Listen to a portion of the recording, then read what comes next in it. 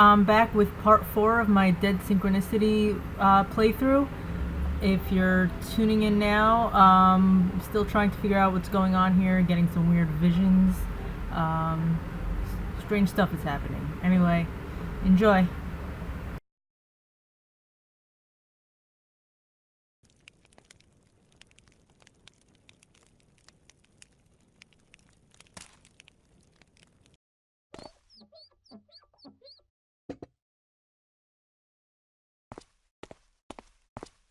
Hello again. What can I get for you? What do you sell here? Anything you can eat or drink. Anything that fits into a box or a bottle. For other types of goods, talk to the hunter directly. What do you need? Liquor, tobacco, food? I could use some food. You're in luck. We have some of these emergency food rations the authorities distributed among the inhabitants of the camp in the first weeks after the Great Wave. You know, a bunch of them just happened to fall into our hands. What do you have to offer in exchange? I have this pack of cigarettes. Virginia tobacco. There's not much of this in the camp. That's a good start. But it's not enough. The pack's been open and several cigarettes are missing. I'd need something more. Would a bottle of liquor do? Fantastic. I think that's a fair price. I'll take both of them. Here you go, pal. The food package is all yours. Enjoy it in good health.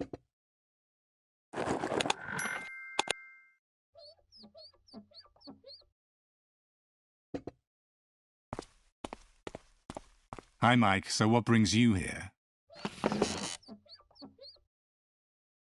Do the words Beechwood Oracle mean anything to you? No.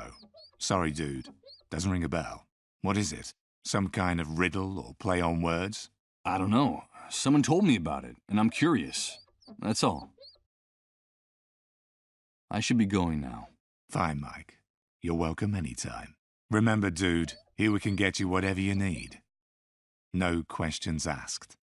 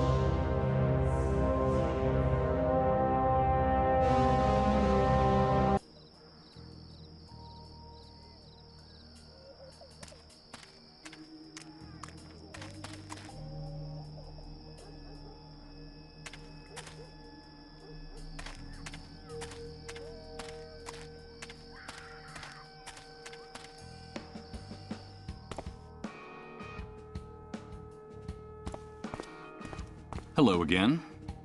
They shot him! Those pigs shot my husband! And what are the three of us gonna do when my husband's gone? We'll lose everything! The house, the money, our privileges.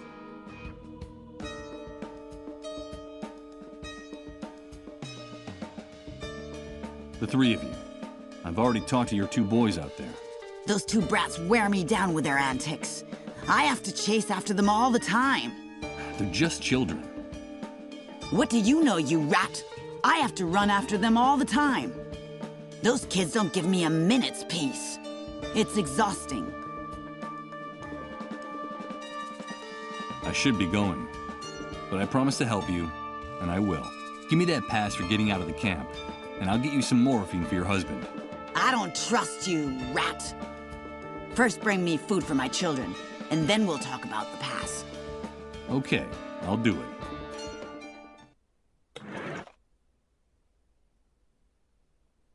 Here, this is what I promised you. That's all the food you brought? This will barely feed us for 2 days. I'm sorry, it's very complicated getting more in the camp. I only wanted to show you that you can trust me. that I can help you. That's what all you rats in this trash heap say? But in the end, only thing you're interested in is taking advantage of my husband and me. I've held up my part of the bargain. Isn't that proof enough? Listen, let me have that pass to get out of the camp, and I promise I'll come back with the morphine you need to ease your husband's suffering. Ah, okay. But you better hurry. Here, What's this? A bracelet? it's like an ID badge. Wear it and the soldiers will recognize you. It won't just get you out of the camp. It'll also help you avoid all kinds of problems with the army once you reach the city. I'm not sure I'm doing the right thing by giving it to you. Just don't betray me, you rat. Bring me that morphine from my husband, and I promise you, I'll give you lots of money in return.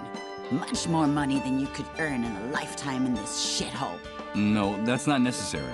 We never said anything about money. I have to know you're coming back. I don't trust any of you. And I know that money is the only thing that'll make you keep your word. All you camp rats are alike. Now get out of my sight and don't make me regret this. And don't come back without my husband's morphine. There'll be a fat wad of cash waiting for you. Okay.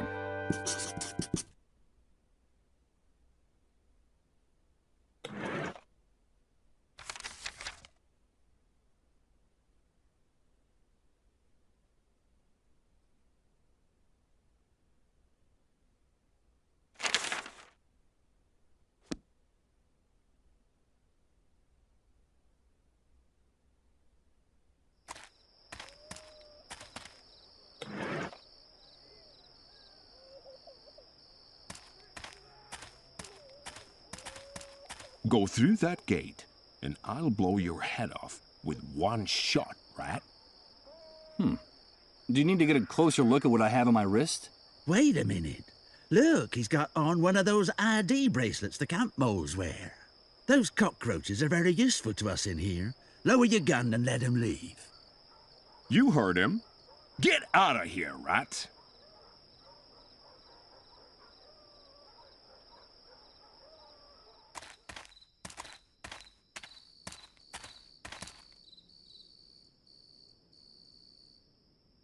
Impossible. It's beyond my reach. The bars are keeping me from getting there. In the distance, the other end of this tunnel fades out of sight among the shadows. Where does it lead?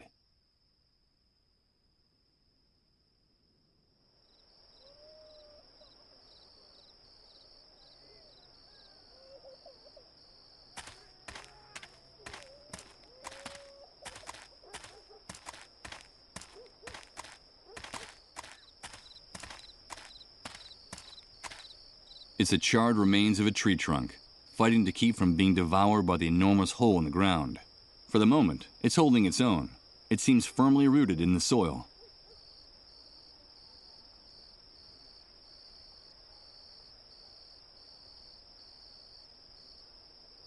I can't reach it from here. Maybe I should find a way to get to the bottom of this enormous hole first. I suppose the rain has been flooding the pit little by little. This water is so dark you can't even see the bottom. This hole in the ground is steep walls of mud and earth. The distance to the bottom is several yards. How the hell was this cesspit formed?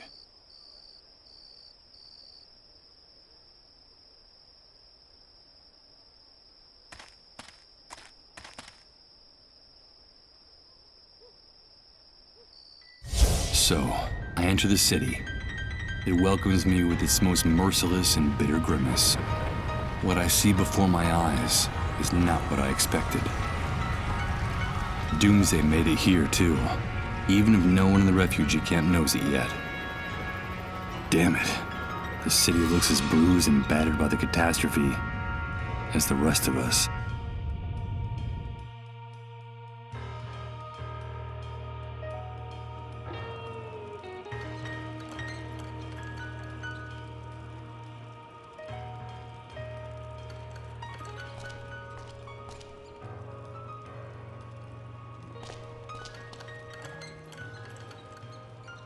A chain with a padlock. Huh, but I'm no Houdini. Let's not waste any more time on this.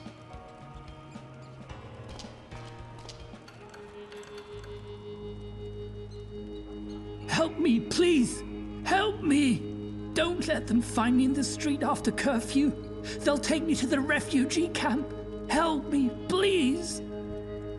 But don't make any noise. There's a patrol just round the corner. But what is it you need me to do? It's almost curfew. I need a place to sleep. I need a place to hide, or they'll send me to the refugee camp. Don't you understand? What is all of this about a curfew? At curfew, the soldiers want the streets cleared. And the way they see it, if you're out on the street after curfew, it means that you've got nowhere to go. You don't have a home. You don't belong here. And that makes you a rat. And so they take you to the refugee camp. I can't go to the camp. Understand? I can't go there. You need a roof over your head, and you don't have anywhere to go. I used to, but it doesn't exist anymore. I owned an apartment a few blocks from here. The block was badly damaged by the Great Wave, but it was still standing. And what happened to your home? This morning, we had to evacuate the area in a hurry. We ran out in the streets with whatever we had on. Apparently, the foundation was starting to crumble. And a few hours later, all that was left of my home was a pile of smoking rubble, with 40 years of memories buried beneath it. But I can't let them take me to the camp. I need to get into another house before the curfew. Please, help me. Okay, give me those bolt cutters. I'll see what I can do. This house was empty, but the army has sealed it off. If I can just get this padlock off before curfew, I'll be safe. I need to get in here, but please, don't make too much noise. If the soldiers find us, they won't hesitate to kill us.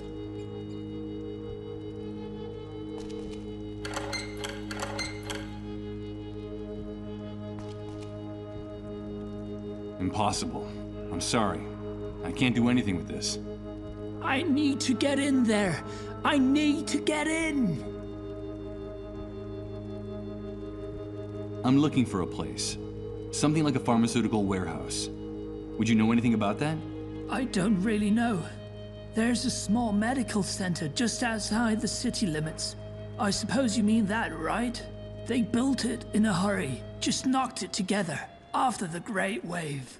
No one really knows what it's for, but there are vehicles going in and out of the place all the time. Whatever they're doing in there, they're keeping it very secret. Not even my daughter would tell me what goes on inside. Did you say your daughter? Yes, my daughter. My little Uma. She works there as a nurse. I'm afraid she left me. I suppose she got tired of living with a frail, sick old man like me. Because one day she simply left the house, and I haven't seen her since. It's been months now. I think she was right to leave me. These times are hard enough. You don't want to burn yourself with someone like me. I'm sorry. I can't help you. Help me, please.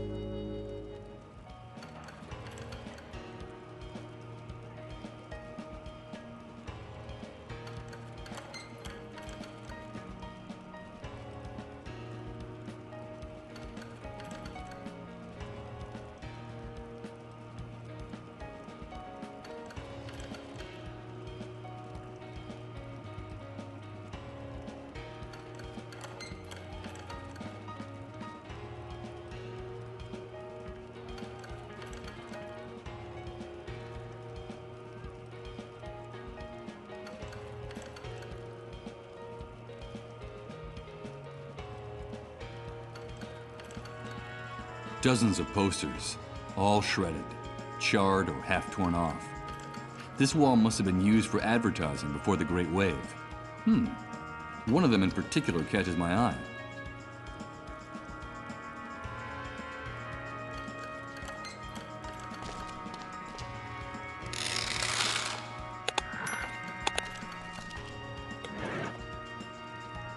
Tomorrow comes today.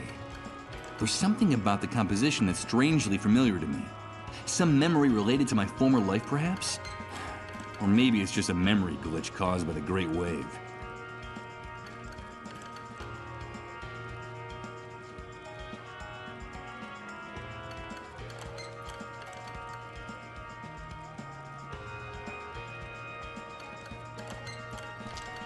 A chain with a... Let's not...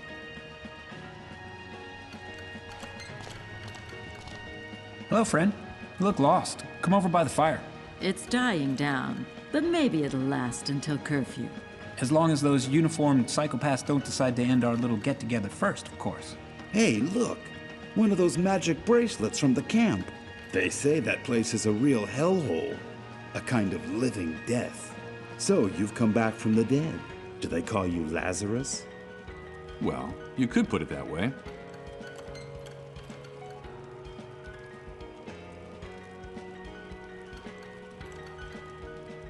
You were saying something about a curfew. What time does it start exactly? Well, it depends on the mood of the soldiers in this zone. But you know it's time to go home when they start taking their guns out of their holsters. Today they're extremely jumpy. I don't think it'll be long before they start insulting people and hitting them with their rifle butts. You guys are awfully hard on them. It's just their crude way of showing us affection. Oh, shut up! In any case, you don't have to worry. That bracelet means you don't have to hide from them. You know that's one of the privileges that comes with it. And you? Do you people have to hide? We try to stay out of their way. The first rule is be home before curfew. Anyone who isn't gets dragged off to refugee camp. That's one of the strictest laws the Great Wave imposed upon this city. And do you know how things are elsewhere? Do you get news from outside? I'm afraid not. With no communications or transportation, and with the army on every corner, we are totally cut off. Who cares anyway? When you don't know from one day to the next if you're gonna be alive, there's no time to worry about what happens 100, 1,000, or 100,000 miles away. I understand.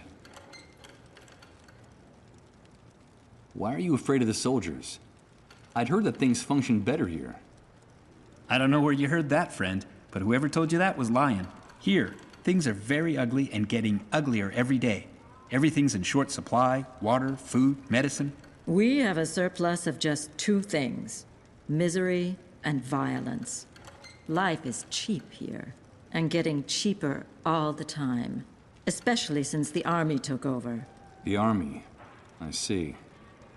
And what happened to the other authorities? The politicians? The laws? Those are distant memories from the old world, my dear. Get them out of your head, because all that collapsed like a house of cards. Since the Great Wave, no one's got any plan, strategy. We're all adrift. He's right. The most reliable thing we have left is what you see around the corner. Armed teenagers in uniform on the streets, on the rooftops, just as scared as we are, or more, and shooting anything that moves. I think our common destiny is to finally die of starvation, of disease, or boredom. I don't know which of the three options I find the most cruel. Who knows? Maybe the most sensible thing is to organize a group excursion and break into Suicide Park. Suicide Park? Don't call it that. It's not funny. That name's as stupid as that hospital they built in such a hurry next to it. It's crazy. The entire city is starving and sick, and the soldiers keep those medical facilities locked up like Fort Knox. But what good is it having medical facilities if no one can use them? I don't understand. No one does, friend, but that's the way it is. I don't know why anyone would want to go into that building. But I can assure you that they're not going to get treated for anything in there, not even for a miserable cold. Besides, it's a real fortress. The person would be more likely to come out sick from an overdose of gunpowder and lead. You know how it is, dear. There's no cure for love or death. Hey, I like that last phrase. It would make a good opening line for a story. Oh, will you shut up for once, Ramon? Don't pay any attention to him. In the old world, he earned his living writing stories, and he still thinks that all that waste paper might someday be useful after the Great Wave. And in fact, it is. A good deal of that scrap paper is fueling this bonfire right now, dear. So I can consider my literary career to have been worthwhile. Did you say Suicide Park? Someone in the camp told me about that place. And the first dark stars come out to hang from the sky. We could sit and count them together, you and I. When the sun departs from Suicide Park. Yes, I recognize the song. But what the hell is it? Is there really a place with that name? Yes, it exists. After the Great Wave, and when things were starting to get really ugly here, the weakest among us eased their suffering with a bullet, by overdosing, or by jumping from high places. You know how it is. All those dark stars had a hard time finding a reason to go on living. There was a terrible wave of suicides, and there still is. The problem is at some point a problem arose. How should I put it? A serious logistical problem. Access to drugs and firearms became practically impossible. So the easiest thing was to grab a rope or a belt and go to Suicide Park after dark. There was a time when it was hard to find a free branch anywhere in the park. The suicides in the area multiplied at such a rate that the army closed down the park. They said for public health reasons. For months, the only thing blooming in that park were the corpses of the hanged. The place became more like a theme park. Lots of fun for everyone. I told you not to make jokes about that. Don't you have any respect for anything? Of course not. That was one of the many things I lost in the Great Wave. And one of the things I missed the least, believe me. Thanks for the chat. Thanks for the company, friend.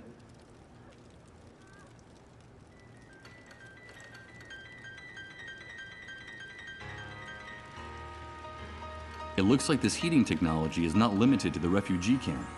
These bonfires are used here too, and their emissions are just as toxic here as they are there. What the hell could they be burning in them?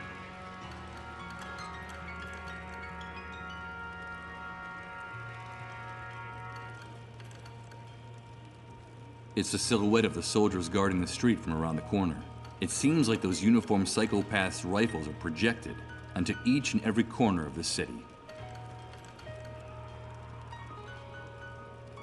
A few buildings are still standing, but most of them are propped up or about to fall down, with a handful of city dwellers in the street that look like automatons or sleepwalkers. But there's no doubt about it. I'm on the 5th Avenue of Doomsday City.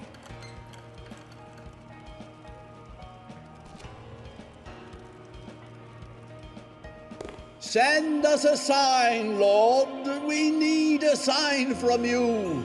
Hey, wait a minute. I know that voice. Are we guilty of arousing your rage? Did we do it? Speak with your tongue of fire, Lord. Purge us with unrelenting justice. Send us a sign. Is this our doing? Are you punishing us for our arrogance?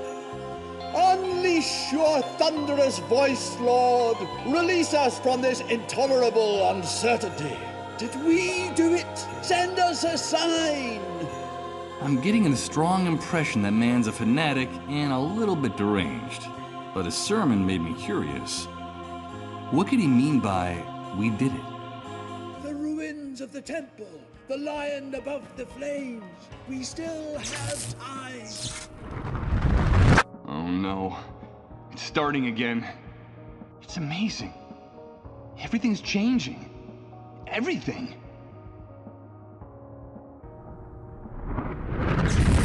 Everything is mutating, and I haven't even moved. I don't understand. I don't understand anything.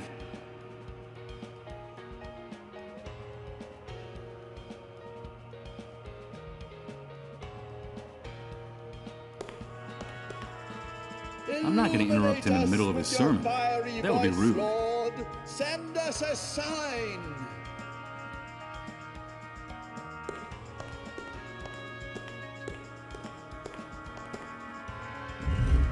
The catastrophe caused a lot of damage to the statue's pedestal. The ruins of the temple. The fact that the statue is still standing is a miracle. We still have time. Considering the condition of the rest of the church, it's amazing that the stained glass window is still in place and practically intact. Such little light that gets in from the street gives it a ghostly appearance. Illuminate us with your fiery voice, Lord. Send us a sign. This column fragment must have fallen off one of the walls during the catastrophe. Now it's keeping the pedestal of the statue company. The pedestal definitely wobbles when I push against it. Illuminate us with your fiery voice, Seated on these Lord. disarranged pews, Send us a some people are sign. listening to the preacher. Others just nod off. I guess they don't have anywhere else to go.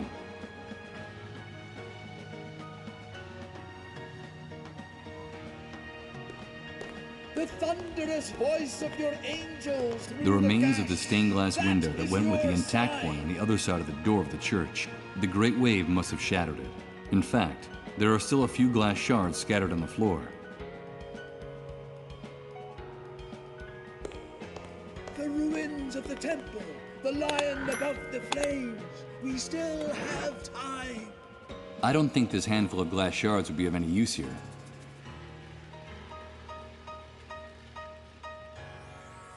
A few parishioners listen to the words of the preacher, although I'm sure that, like me, they can't decipher the meaning of his mystical rants Send us either. a sign. That must be Reverend Blake, the preacher I heard about in the camp.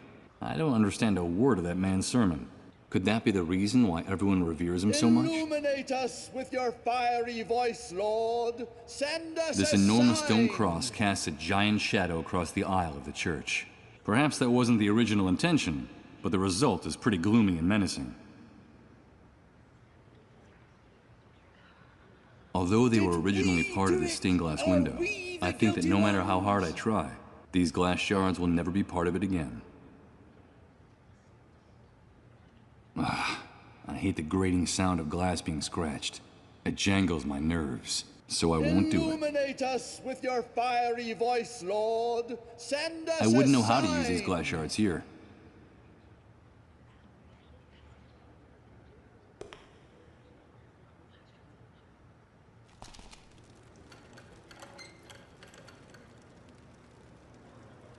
The ruins of a church that was devastated by the Great Wave. It looks like the divine being didn't try very hard to protect this sacred place.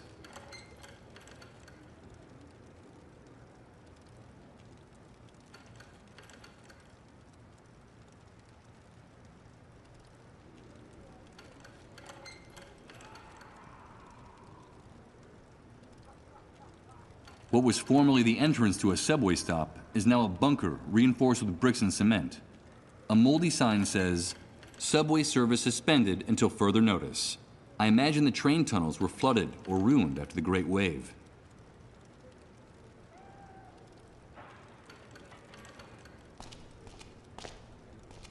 Let's see. I can try to rip it off. Nothing. I'm afraid I'm not going to be able to get it off with my hands. Use this here? How?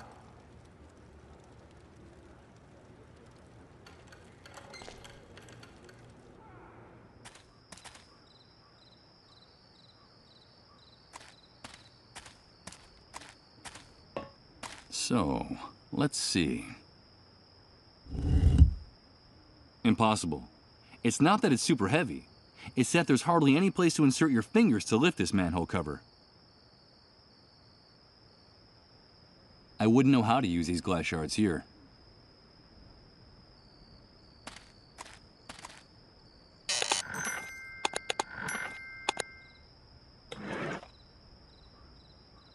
A piece of wood with a handwritten sign. Closed for public health reasons. Judging from the handwriting and the spelling mistake, I assume the author of the message was one of those animals in uniform.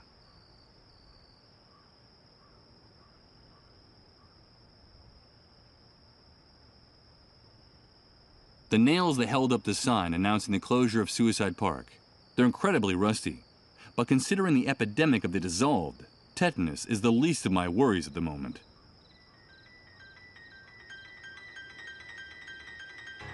I don't think I'd gain anything by using this here.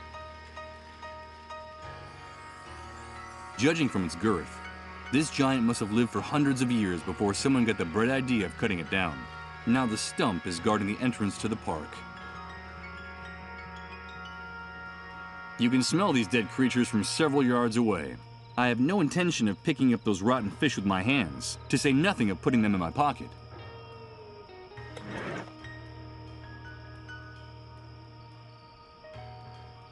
Hanging up this poster here wouldn't do anything. Southside Park. Would you believe it? This must be the famous suicide park I've been hearing so much about. Huh. The pun is as witty as it is macabre.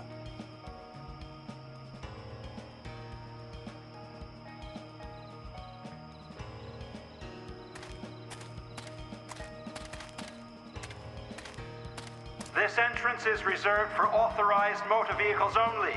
Get away from it. Move on. What the hell? Those savages don't get around. I'd better avoid getting too close to that area, at least on foot. It's rather disconcerting to see such a small building surrounded by such extreme security measures. Could this be the medical center people have been telling me about?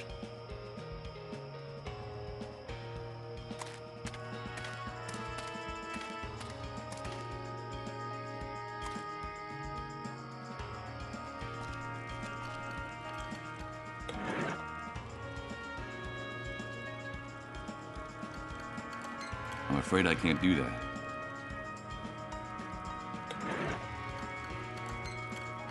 It's not that securely attached to the wall, but I need something stronger to tear this sign down.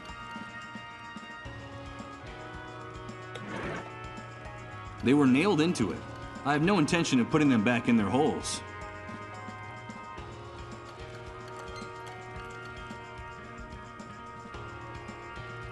The traffic in this part of the city must have been especially heavy, but now you can barely hear the sound of the few army vehicles still circulating in the surrounding areas.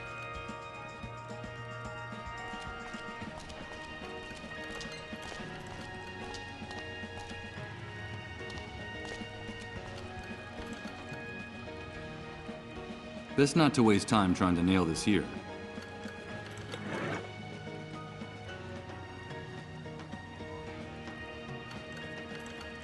It doesn't look like it's having any effect.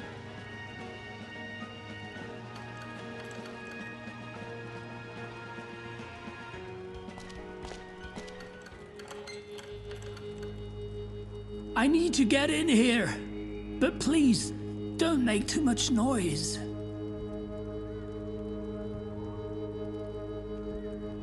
Okay, give me those bolt cutters.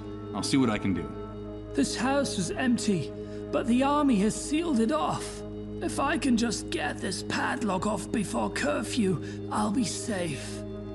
I need to get in here, but please, don't make too much noise. If the soldiers find us, they won't hesitate to kill us.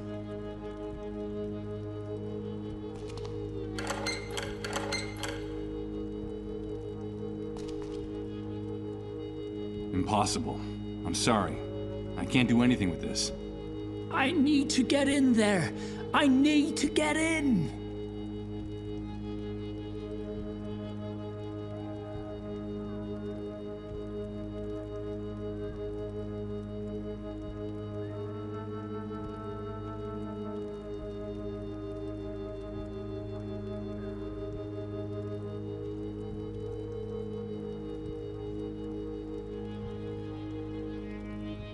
I'm sorry. I can't help you. Help me, please.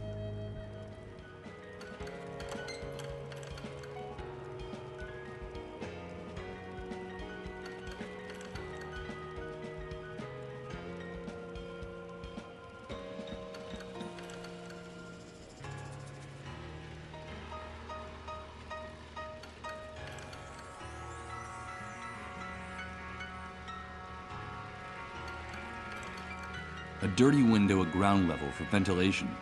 It's the only opening this building's basement has to the outside. This plank doesn't quite fit anywhere.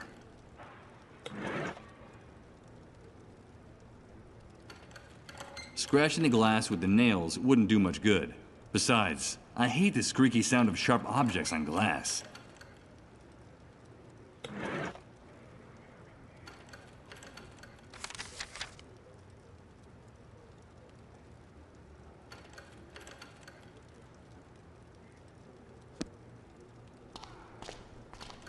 Can I ask you a few questions? Sure, but make it snappy. Can't you see that we're very busy? What goes on inside that church? Has everyone gone completely crazy? Are you referring to the pastor and his flock? Oh, don't pay too much attention to them. Reverend Blake is a good man. He helped a lot of people after the Great Wave. But he gradually started to lose his mind until he reached the state he's in now. Well, I stopped by once or twice to listen to him preach. The days are long. You have to find something to do. I try to go at this time of day. There are fewer people because it's almost curfew time. The Reverend seems obsessed with that atmospheric phenomenon in the sky, and with religious themes of guilt and repentance. Although I think he's actually just talking about himself. But the most surprising thing about all this is that he has hundreds of followers, and he's attracting more and more all the time from all over the city. And they even let him into the refugee camp once in a while to preach there. People adore him. Why does that surprise you? We've been following sane leaders since time began, and look where that got us. Maybe it's time to start following the crazier ones. Well, that's the most sensible thing I've heard you say all day.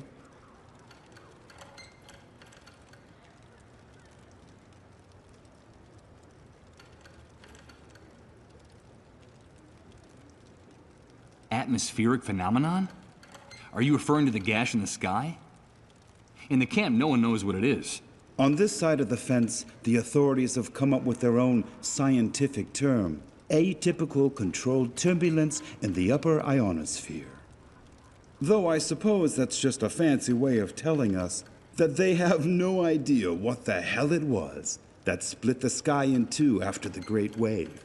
It makes my blood run cold when that aberration starts to grind out that noise like a piece of rusty machinery. I wish those scrambled little clouds up there were the worst of our problems, dear.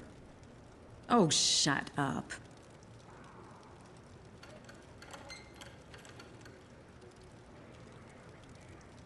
Thanks for the chat. Thanks for the company, friend.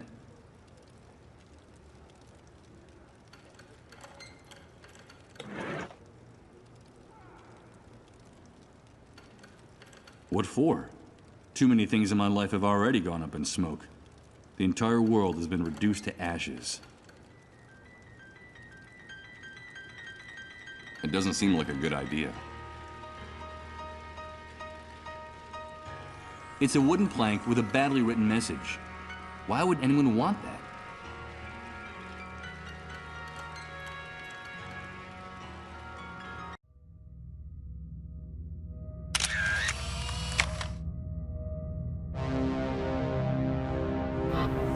I'm gonna take a break now. I'll be back soon with more Dead Synchronicity. If you're enjoying this, please subscribe to my channel. I'll be back soon. Bye.